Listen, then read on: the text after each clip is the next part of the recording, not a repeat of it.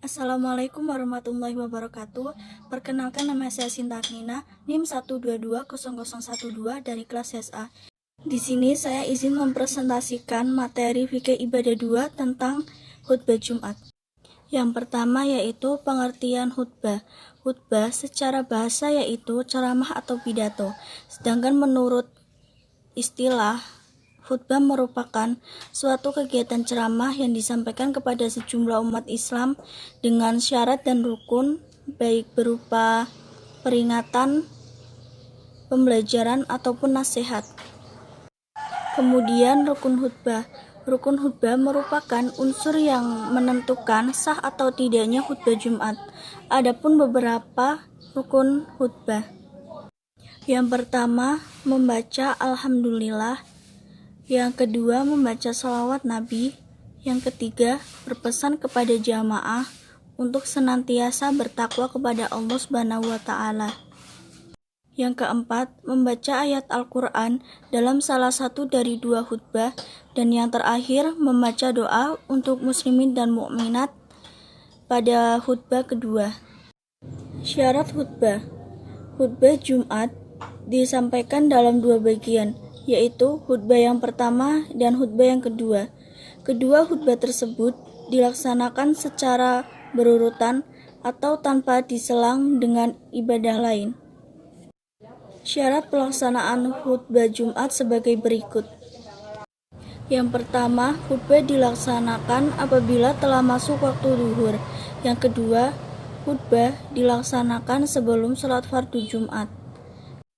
Yang ketiga, suara khatib supaya dikeraskan agar setidaknya bisa didengar oleh 40 orang.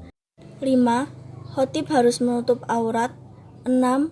Khatib harus suci hadas, pakaian, tempatnya, hadas kecil dan hadas besar, dan juga suci dari najis. 7. Duduk di antara 2 khutbah. 8. Rukun-rukun khutbah harus berbahasa Arab. Dan yang terakhir, muwalat atau bersambungan antara 2 khutbah dengan sholat Jumat. Sunnah khutbah. Yang pertama, khatib berdiri di atas mimbar atau tempat yang agak tinggi. 2. Memulai khutbah dengan mengucapkan salam. Khutbah disampaikan dengan bahasa yang jelas, sederhana, tidak panjang dan tidak pendek. 4. Khatib membaca surat Al-Ikhlas sewaktu duduk di antara 2 khutbah. 5. Tertib dalam melaksanakan rukun-rukun khutbah. Dan yang terakhir, jamaah hendak mendengarkan khutbah dengan hikmat. Hal-hal yang makruh dilakukan dalam berkhutbah sebagai berikut. 1. Khatib meninggalkan seluruh sunnah khutbah. 2. Khutbah yang disampaikan mengandung pernyataan yang dapat memecahkan persatuan umat. 3. Khutbah yang disampaikan terlalu panjang atau terlalu pendek. 4. Jamaah berbicara ketika khatib menyampaikan khutbah. 5. Khatib membelakangi jamaah. Yang terakhir, jamaah bermain-main ketika khatib sedang menyampaikan khutbah, seperti memotong kuku dan lain-lain di tempat sholat. Fungsi khutbah Jumat. 1. Mendorong jamaah untuk meningkatkan ketakwaan kepada Allah Subhanahu wa Ta'ala. 2. Mengingatkan kaum muslimin mengenai ajaran Islam, baik perintah ataupun larangan di dalamnya. 3.